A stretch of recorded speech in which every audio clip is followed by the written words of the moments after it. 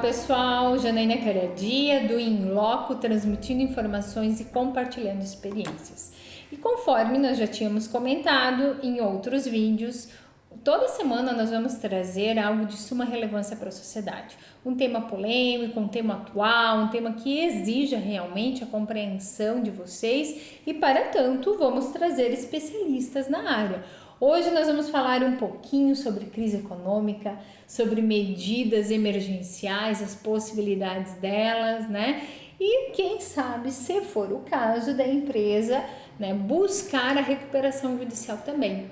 Eu tenho uma grata satisfação de ter aqui a minha amiga, a doutora Michele, que tanto atua nessa área, que auxilia empresas, né, Michele, que fica aí no dia a dia da empresa buscando uma solução para que a empresa possa, no âmbito da nossa legislação, do que é permitido, possa ter o fôlego, possa buscar a sua sobrevivência, mas para tanto nós temos que analisar as medidas que estão aí, né, Michele? A Michele, seja bem-vinda então, primeiramente. Obrigada. Michele. Uma honra, Obrigada. eu já estava há muito tempo chamando a Michele, sabe?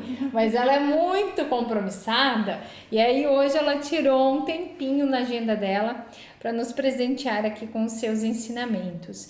E eu quero ressaltar novamente que nós aproveitamos esse momento também de pandemia aqui no nosso escritório. Nós desenvolvemos muitos trabalhos home office aqui na Forte Advogados e durante esse trabalho, todos os dias nos reunimos para cada um falar um pouquinho do que estava estudando, do que estava entendendo, interpretando a respeito principalmente dessas medidas emergenciais, né, Michele?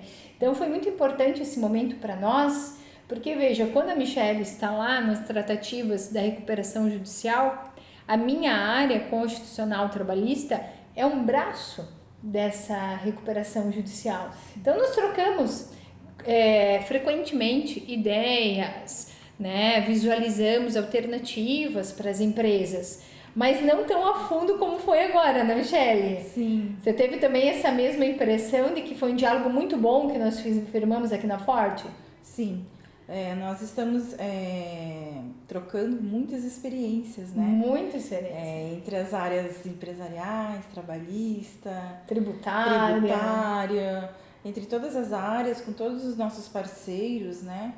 E está sendo muito enriquecedor. Muito. Apesar de ser um momento delicado, né? Sim. Na área da saúde, na área da economia, para as empresas, mas nós estamos enriquecendo, né? Sim, quero conhecimento. Mandar um abraço para todos aqui do escritório e também o pessoal da LexNet, com o qual a gente parceiros valiosos, trocamos muitas experiências, muitos trabalhos. Foi muito legal, né? Nós Sim. soubemos aproveitar e na realidade está sendo. Nós estamos aqui no rodízio, nós estamos nos programando para manter, né, a maior parte do nosso trabalho sim no home office. E assim, uma vez por semana alguém do escritório está aqui, nós intercalamos aqui as pessoas como medida também de prevenção, porque nós também temos que adotar, não só passar para outras pessoas, mas adotar aqui internamente essas medidas, né, que são necessárias. Então aqui, a Michele me chamou a atenção dentro dessas falas que nós tivemos no tocante a essas medidas emergenciais que são possíveis hoje para combate, né, a essa crise, porque a Michele bem pondera nos seus estudos que nós atendemos normalmente as pessoas que já estão passando por crises, sejam crises econômicas, sociais, né? Mas é uma crise diferenciada, era uma crise assim que nós tínhamos como levar pessoas especializadas para viabilizar o momento certo de uma recuperação judicial. São crises pontuais, exatamente. Né? E aí nós mandávamos, né, Michele, pessoas especializadas para diagnosticar se era o time ou não para se entrar com essa medida de recuperação judicial. Isso. Contudo, fomos aí, né, surpreendidos com as questões envolvendo essa pandemia, isolamento social, Covid-19 e como que está funcionando agora no tocante à legislação, porque eu sei que a Michele vai trazer né, novidades a respeito de projetos de leis. Michele, explica para nós como que está acontecendo agora, como que o nosso legislativo tem se manifestado diante dessa situação. Então, no Congresso estão tramitando vários projetos de lei, né? E já existiam alguns projetos antigos, como o 6229 de 2005 do deputado Hugo Leal, e que tratava da submissão dos créditos tributários à recuperação judicial, né, o ingresso desses créditos. Mas esse projeto foi delineado num outro cenário econômico, né? Agora nós estamos diante de um cenário de pandemia, né, de total imprevisão. Inusitado. Inusitado. Então, assim, o que está acontecendo? O Congresso ele está tratando de projetos na área da saúde, né, na área da assistência social e também nessa área empresarial, objetivando salvar as empresas, né, acompanhar a situação econômica e financeira, o quadro, a saúde financeira dessas empresas. Então, dentre os projetos que estão tramitando, tem também um projeto muito discutido na área jurídica do deputado Hugo Leal, o 1397, agora de 2020. É um projeto polêmico, porém é um projeto que ele trata de medidas emergenciais, né? E ele traz alterações à Lei 11.101 de 2005 da recuperação judicial. São alterações provisórias, né, modificando algumas medidas, mas que são necessárias para o momento que nós estamos enfrentando. E quais seriam essas medidas? O que tem de diferente nesse projeto, Michele? Então, eu vou falar sobre a primeira parte, um aspecto negocial. Ele traz novidades para todas as empresas, micro, pequenas empresas, para todo o agente financeiro, né? O agente econômico financeiro. Ele traz possibilidade de negociação. Ele traz 60 dias de prazo de suspensão das ações de insolvência, que são aquelas ações de execução, que tratam da suspensão dos pagamentos, né? As ações que são as ações de cobrança, ações de execuções, as constrições, né, dos bens. Então, qual que é a verdadeira intenção do projeto, né? É de evitar que as empresas percam os seus bens, percam o seu patrimônio e acabem precocemente quebrando, né? Falindo. Então, esse é o objetivo maior desse projeto de lei, né? Tem outros tramitando também. Sim. Hoje eu vou trazer informações sobre esse projeto, porque é o projeto mais discutido e é o que a gente entende mais viável no momento. Até porque está gerando, assim, a maior busca, a maior procura pela sua compreensão, né, Michele? Sim. Então tem essa fase negocial. Ele pode, né, preventivamente durante 60 dias, ele pode ter essa suspensão. E após esses 60 dias, as empresas podem nomear um negociador. Que interessante. Tem essa nova figura ou não, né? Porque o negociador pode ser qualquer pessoa, desde que capacitada, né? É um terceiro, né? Um profissional que vai poder negociar as dívidas dessas empresas com os credores. Diretamente com os credores. Preservando, claro, o interesse da devedora, da empresa devedora, mas resguardando dentro da lei, né, o equilíbrio dessas negociações, porque depois elas vão ser submetidas ao juiz. E é a empresa que pode nomear, então, a empresa que, diferente da recuperação judicial, né, em que é o próprio juiz, né, o próprio judiciário que tem os nomes, né, que indica os nomes e que nomeia o profissional. Nesse caso será a empresa devedora que vai trazer um profissional, um contador, advogado, um profissional de sua confiança, que vai poder negociar com os credores. tanto os débitos da empresa extra e os judiciais também? Sim. Ou só os extrajudiciais? Todos os débitos. Então, assim, Michele, ficaria 60 dias de suspensão, todos esses débitos, vamos imaginar, e depois 60 dias a empresa pode indicar o negociador. Pode indicar o negociador e ainda fazer a negociação com cada credor, né? Vai ser uma negociação, não vai ser coletiva, como é o caso da recuperação judicial, em que você chama uma Assembleia Geral de Credores e todos seguem as mesmas propostas e condições de pagamento. Não, nesse caso você pode estabelecer com cada credor as suas condições, as condições específicas, as melhores condições. E após, a empresa precisa homologar em algum órgão ou homologa fica no judiciário? No judiciário mesmo.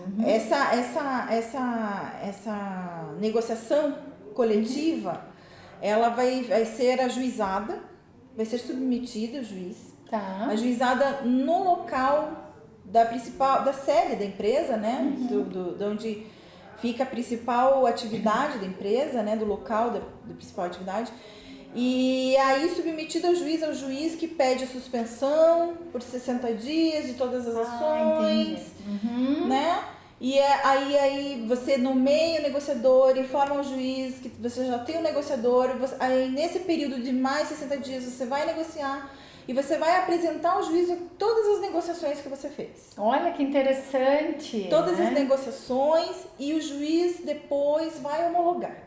Até porque a fala da Michele me leva a um artigo que eu gosto muito para os meus estudos, né? E ali é que gira toda essa fala, que é o artigo 170 da Constituição Federal, quando fala da ordem econômica. A ordem econômica, ela toma por base as instituições privadas. Então, nesse momento, realmente, o governo tem que olhar para ela, tem que disponibilizar um instrumento facilitador, né? Não para que ela fique devendo, não é essa a intenção. A intenção é que ela consiga fazer exatamente isso, né? Uma negociação preventiva. Isso. Na verdade, essa medida também, o principal objetivo dela é desafogar o judiciário. O judiciário, ele vai, em pouco tempo, infelizmente, ele vai receber uma enxurrada de ações da área de solvência. São credores cobrando, pessoas que não podem pagar entrando com ações revisionais, entre outras medidas. Então, assim, o projeto de lei, ele busca desafogar o judiciário nesse momento. Sim. O judiciário não terá braços, né? Não terá estrutura para suportar os inúmeros ingressos e ações na área de solvência.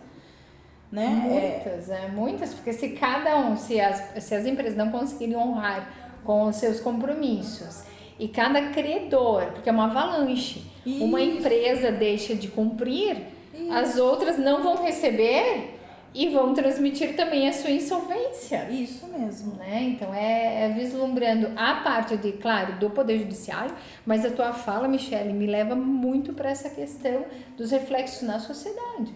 Né? Porque isso quando mesmo. A gente fala assim, tem um devedor, né? Eu tenho um devedor que me deve.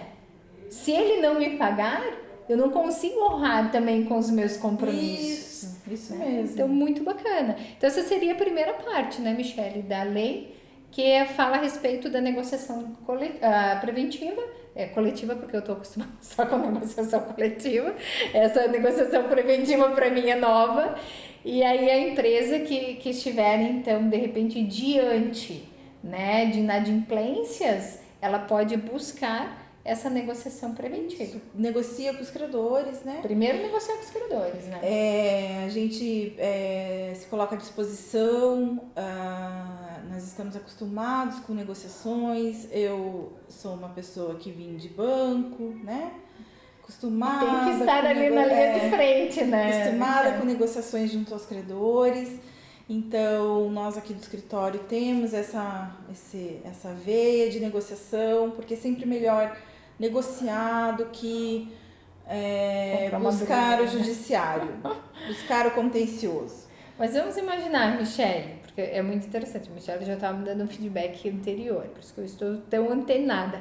Cada um aqui mergulhou demais na sua área, né? Então, assim, a área trabalhista, para mim, a gente até brincava que dormia e acordava já tinha uma nova medida provisória.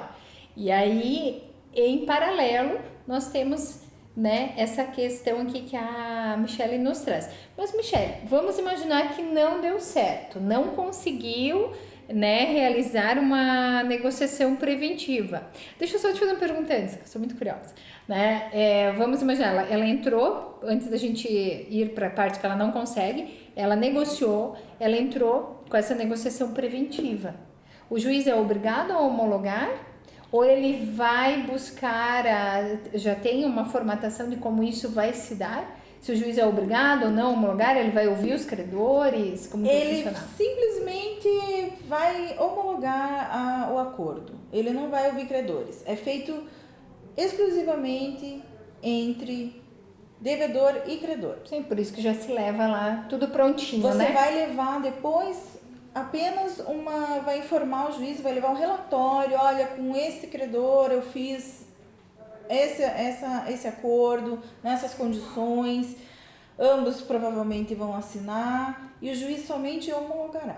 E esse negociador que a empresa pode indicar, tem alguma qualificação técnica que ele tem que ter ou qualquer pessoa que a empresa indicar está de bom tamanho? Qualquer empresa que a pessoa tenha confiança para que faça.